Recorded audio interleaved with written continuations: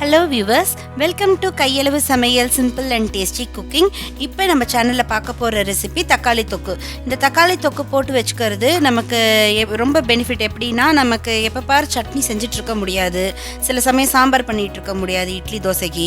So அந்த தக்காளி தொக்கு எடுத்து வெச்சிட்டீங்கன்னா நீங்க இந்த இட்லி தோசை இல்ல நீங்க சப்பாத்தி எதுக்குமே இத தொட்டு சாப்பிடலாம். இது ரொம்ப ஈஸி.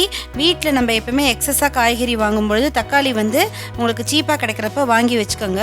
அதுக்கப்புறம் இந்த மாதிரி தொக்கு மாதிரி போட்டு வச்சு ஃப்ரிட்ஜில் நீங்கள் ஸ்டோர் பண்ணி வச்சுக்கலாம். உங்களுக்கு எப்போ தேவையோ எடுத்து யூஸ் பண்ணிக்கலாம். ஸோ இதுக்கான இன்க்ரீடியன்ஸ் என்னென்னு பார்க்கலாம் வாங்க. இதுக்கு நான் ஒரு 10 தக்காளி பழம் எடுத்து வச்சுருக்கேன்.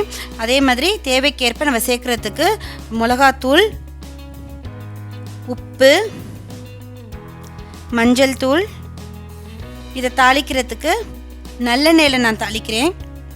ஸோ நம்ம உடம்புக்கு சூடை குறைக்கிறதுக்கு ஒரு நல்ல விஷயம் இந்த நல்லெண்ணெய். ஸோ இதை கடலை எண்ணெயில் பண்ணலாம், இல்லை நீங்கள் ரெகுலர் குக்கிங் ஆயிலில் பண்ணலாம். நான் நல்லெண்ணெய் எடுத்திருக்கேன். இதை தாளிக்கிறதுக்கு கடுகு 1 டீஸ்பூன், வெந்தயம் 1 டீஸ்பூன், துருவின வெல்லம் ஒரு 1/2 டீஸ்பூன், பெருங்காயம் 1 டீஸ்பூன் சேர்க்கணும். அதே மாதிரி கருவேப்பிலை ஒரு ஆர்க் எடுத்திருக்கேன். இந்த வெல்லம் வந்து ஆப்ஷனல். உங்களுக்கு நான் மிளகாத்தூள் ரொம்ப ஜாஸ்தி சேர்க்கும்போது அரை தித்திப்பு இருக்கும். உங்களுக்கு வேணால் சேர்த்துக்கோங்க, இல்லைன்னா இதை தவிர்த்துடலாம். மீதியை வச்சு நம்ம தக்காளி தொக்கு பண்ணலாம் வாங்க.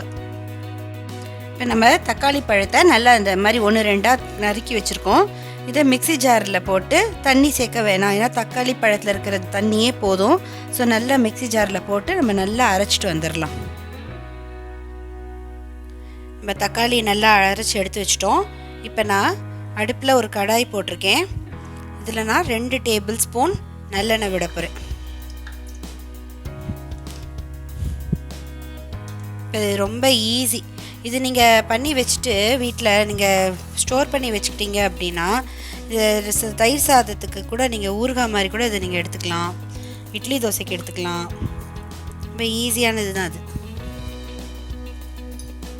இப்போ எண்ணெய் சூடாயிடுச்சு. ஸோ ஃபஸ்ட்டு கடுகு சேர்த்துடலாம்.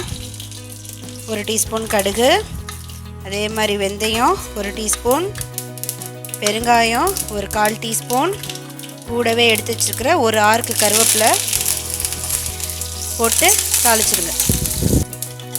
இப்போ எல்லாம் தாளிச்சிட்டோம். நம்ம இது கூட நம்ம இந்த எடுத்து வச்சுருக்க தக்காளி ஜூஸு சேர்த்துடலாம்.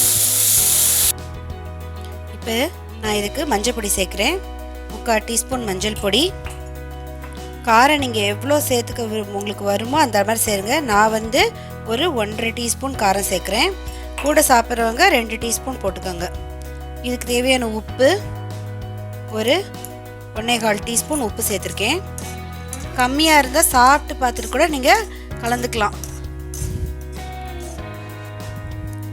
இது வந்து இப்போ நம்ம எல்லாத்தையும் ஆட் பண்ணிட்டோம். 1/2 நிமிஷம் ஆயிடுச்சு. இது உங்களுக்கு நல்லா கெட்டியாக வரணும் கன்சிஸ்டன்சி. இந்த தண்ணியாக எதுவுமே இல்லாமல் நல்லா இந்த ஓரமெல்லாம் அப்படியே எண்ணெய் விட்டு நல்லா அப்படி திருப்பினா அப்படி வரும். அந்த பதம் வர வரைக்கும் இது நல்லா கொதிக்கணும். அதனால் நீங்கள் வந்து ஒரு மூடி போட்டு மூடி வச்சுருங்க, ஏன்னா இது நல்லா மேலவே தெளிக்கும். ஸோ மூடி போட்டு மூடி வச்சுட்டு அப்பப்போ ஒரு கலரு பண்ணால் போதும். நம்ம நல்லா கொதிக்குது. இது இன்னும் நல்லாவே வற்றணும். நல்லா இன்னும் வத்திருச்சு. இப்போ நான் அதில் வெல்லம் சேர்த்துட்டேன். சேர்த்து ஒரு மிக்ஸ் பண்ணிடலாம். இன்னொரு 5 நிமிஷம் கொதிக்கட்டும். கொஞ்சம் வாட்டரியாக இருக்குது, அதுவும் நல்லா வற்றட்டும். பாருங்கள் எவ்வளோ நல்லா வற்றி தொக்கு மட்டும் நல்லா மேலாப்பில் இருக்குது. இப்போ நம்ம ஸ்டவ் ஆஃப் பண்ணிடலாம். தக்காளி தொக்கு ரெடி ஆகிடுச்சு வியூவர்ஸ். இது ரொம்ப ஈஸியான ரெசிபி. ஸோ எல்லோரும் இதை ட்ரை பண்ணி பாருங்கள். இது இட்லி தோசை சப்பாத்தி இல்லை நம்ம தயிர் சாதத்துக்கு கூட இது நல்ல ஒரு சைட் டிஷ்ஷாக இருக்கும். அண்ட் மறக்காம சேனல் சப்ஸ்கிரைப் பண்ணுங்கள். உங்கள் கமெண்ட்ஸ் எங்களுக்கு அனுப்புங்க. கூடவே பெல் பட்டன் கிளிக் பண்ணுங்கள். Thank you viewers.